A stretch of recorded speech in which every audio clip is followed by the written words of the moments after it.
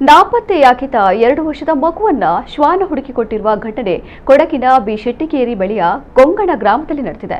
Coffee ಕೊಯ್ಲು ಹಿನ್ನೆಲೆ ಕೊಡಗು ಜಿಲ್ಲೆಯ ಪೊನ್ನಂಪೇಟೆ ತಾಲೂಕಿನ ಕೊಂಗಣ ಗ್ರಾಮದಲ್ಲಿ ಕಾರ್ಮಿಕ ದಂಪತಿ ಸುನಿಲ್ ಮತ್ತು ನಾಗಿನಿ ತಮ್ಮ 2 ಮಕ್ಕಳನ್ನ ಜೊತೆಯಲ್ಲಿ ಕರೆದೊಯ್ದಿದ್ದರು.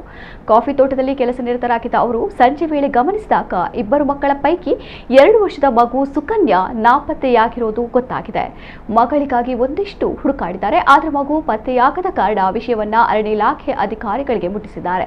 ತಕ್ಷಣ ಅವರು ಕೂಡ ಸ್ಥಳಕ್ಕೆ ಬಂದಿದ್ದು ಸುಕನ್ಯಾಗಾಗಿ ಕಾಫಿ ತೋಟದ ತುಂಬಾ ಜಾಲಾಡಿದ್ದಾರೆ. ಆದರೆ ಮಧ್ಯರಾತ್ರಿಯವರೆಗೆ ಹುಡುಕಿದರೂ ಮಗು ಪತ್ತೆಯಾಗಿರಲಿಲ್ಲ.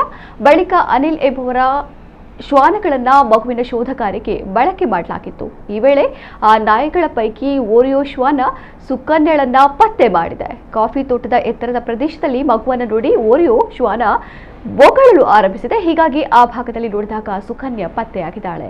ದಟ್ಟ ಕಾರ್ಗತ್ತಿಲಲ್ಲೇ 1 ದಿನ ಕಳೆದಿದ್ದ ಮಗು ಸುರಕ್ಷಿತವಾಗಿ ಮನೆಗೆ ಮರಳಿದೆ. ಮಗಳ ನಾಪತ್ತೆಯಿಂದ ಕಂಗಾಲಾಗಿದ್ದ ಸುನಿಲ್ ಮತ್ತು ನಾಗಿನಿ ದಂಪತಿ ನಿಟ್ಟುಸಿರು ಬಿಟ್ಟಿದ್ದಾರೆ. ಈ ಬಗ್ಗೆ ಪೋಷಕರು ಸಂತಸ ಹಂಚಿಕೊಂಡಿದ್ದಾರೆ.